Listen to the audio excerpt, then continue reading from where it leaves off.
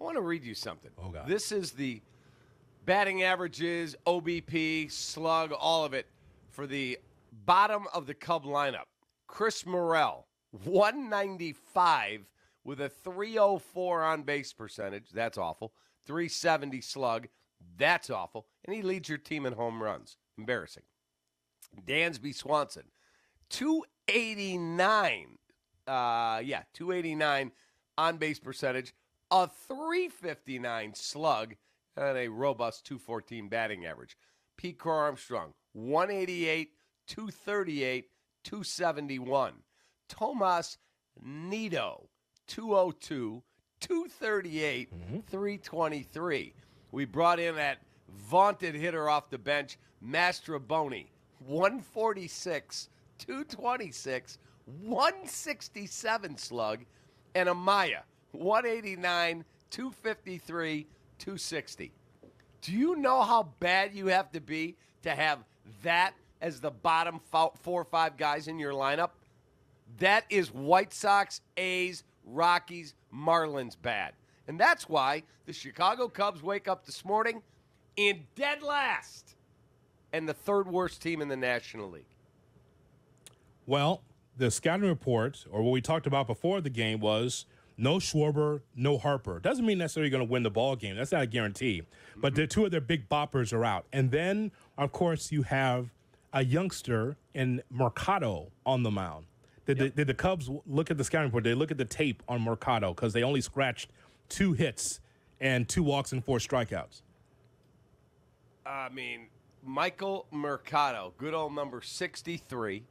He was, I believe, acquired from Tampa Bay. I think he was drafted by Tampa Bay originally. He's 25 years of age. He made his major league debut last night and was just tremendous. This wasn't like Paul Skeens making his debut against you. Yeah. When he came in, okay, Paul Skeens was the number 1 overall pick. Everyone believes he's going to win Rookie of the Year. He's going to be a perennial all-star. That's different. Michael Mercado shut you down like it was unreal. I sat there and watched it with my family.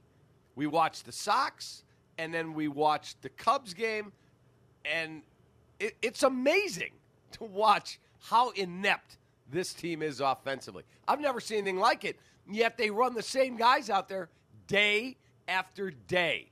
They don't claim anybody off of DFA. They don't make a trade. They don't call up Canario from the minors, who's hitting, I think, 246 but has 15 bombs. Nothing. Not taking a chance. You know what's here isn't working, and you keep watching your season spiral right down the toilet drain. I want to just ask you if this is as bad or worse than after the championship season for the Cubs, because we do recall, Cap, in 18 and 19, where the Cubs had a hard time scoring runs.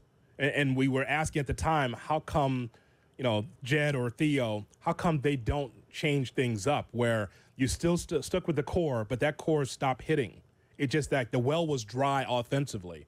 Do you think this is as bad or worse as, because that time, I'm sure you were saying it, because I know I was saying it, hey, man, sometimes you just have to be able to take out some of these pieces and say, all right, let's change the dynamic offensively. And it was always the same. You recall this, right? I do, and I remember, and I know Jay Moore's got the audio somewhere in that system. If he could find it, I think it's apropos to play today.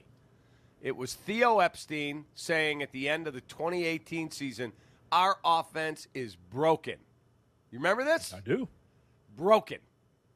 And yet, their big move going into that offseason was Daniel Descalso. Who was horrible here. Horrible. You look at this team now, I think this team's far worse offensively than that team when he called it broken. Broken. This has gone off the cliff. It's a car wreck. I hope I'm never in that situation, but if a car leaves the road and is going over a cliff. Oh, God. Clear it out, Harry. Oh. Sorry. Fine. If your car is launched off the road. Hello, my honey. All of a sudden, you're like, it's over. Just awful. What am I going to do? It's over. You can hear it starting. Oh, just unbelievable. Just wine soaked and just Wisconsin all through his throat. Just, Hello, my baby. Hello, my honey. God. Hello, my ragtime gal. Just awful. All that Wisconsin mozzarella. Oh, just the I didn't have any mozzarella. I had wine. That's what it said. Just the whiskey voice, the wine voice, just soaked in Wisconsin. I stayed up late playing Singapore gin, not drinking it, playing it. Oh, just with my kids and my wife, and I finished in dead last. 6th out of 6. I got crushed. Never keep the Joker in your hand, ever. Well, that's too late for that.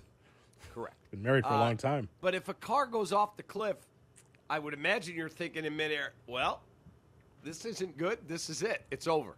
That's where this team is. It is over. There is no run coming. There is no 2023, win 10 of 12. Dansby's on the injured list, begging the GM to keep him to get. No. No more. Start trading now. Jump the market. That's it. Here we go. Oh, Yankees, you want Bellinger? Jesse reported on our show Monday morning. Yankees are tracking Bellinger. You can have him. There you go. I'm clearing the decks. Wow. Get the money out of here. Move him. J-Mo, Let's go. J-Mo, are you hearing this? Are you hearing this? Yes. This man, David J-More's Kaplan. busy looking for Theo calling the offense. No. broken. I want to make sure that Jay Moore is making sure he marks this for us. This man has waved the white flag on the Chicago Cubs this morning on July 3rd. Is that what you just did? I did. You just waved the white flag on the Cub? It's over. Oh, God. But what Want to about... surprise me on September 8th and go, wow, they're back in it? I'll bet you that's not going to be the case. Wow. Just can we get the training camp for the Bears already? It's the wrong W flag. He just declared that the season's over. I declared the Sox season was over in February. But the point is, though, is that, Cap, the optimism, what about the run for the Cub? Not coming. It's not coming. What are you telling me? Chris Morel's going to hit it like a 330 clip, get his batting average to a decent level? No. Not going to happen. And, I don't call for hitting coaches and pitching coaches to lose their gigs because, like Tommy Hotovy, his bullpen's horrible, but his starting rotation's outstanding. It's the same guy coaching both of them. Maybe it's the man who put the pieces there. The guys that run it, Jed and Carter. Okay, on the offensive side, I can't believe that Dustin Kelly, vaunted hitting coach that he must be, is going into the dugout going, with 2 strikes, I'd like you guys to take the fastballs down the middle. Ugh. I don't believe he's telling them that. He's not. My But God. yet I watch Suzuki takes more pitches right in the middle of the zone. Morel, right in the middle of the zone. And Dansby may as well just use a bat made of Swiss cheese because he's impotent at the plate. Impotent. This is breaking news. I mean, everyone knows how I feel about the White Sox. There's a reason why that I became a Padres fan for the season in boycott of what the White Sox are doing. But you're saying today that after the Cubs lost with no Harper and no Schwarber, and by the way, it's not about those two. It's about a whole team, including Trey Turner, who also will kick your ass too, as we saw yesterday. Yep. You're saying that that's all. Even though you're going to be able to get a Ben Brown returning. You'll get a Mark Leiter Jr. returning. You'll get a surprisingly coming off of the IL as well. Merriweather, Cap, you're getting players back in the second half of the season to make a run. A what? Well, a little run. Okay, you mentioned a couple of bullpen pieces. Yes. What about the offense? I read you the bottom of that lineup. You're telling me they're all going to start hitting like Ted Williams? Oh, no. Tony Gwynn? Oh, no. As you always tell me, it's about that bullpen. Even though I've been telling you since May, hey, man, you need to get some offense. I don't disagree, but when you blow 17 saves, everybody starts to press like, oh, God, here we go. And it affects everything. That bullpen was an ill-conceived idea from the day they all showed up at spring training. I understand Shame that. on them. Shame on them. Yeah, I understand. However, it's not like I'm separating myself from the pitching staff. Clear it out, for God. I'm not separating myself from the pitching staff if I'm an offensive player. I feel empathy for my teammates that are struggling, but I got to do my job. That's not how it is, though. When you baseball, consistently show up, you're like, all right, 4-2 in the ninth. Up, we lose. Oh, we got a 6-3 lead in the ninth. They score 4. The Giants. Guess what? At some point, everyone starts to press then. A great bullpen could save so many games. And instead, the Cubs have given them away, period. I understand, but, I mean, you are waving the white flag at 39-47. Okay. Can you imagine telling yourself in January that we don't even get to the trade deadline and Cap has waved the white flag on this season? No, because we all Pathetic. thought. Well, we all thought. Listen, I'll be the first to raise my hand and say, hey, Charlie, last year the Cubs actually had a chance to be able to get it done, but Jed did not believe in the ball club because he did not supply enough relief pitching to get you over the hump.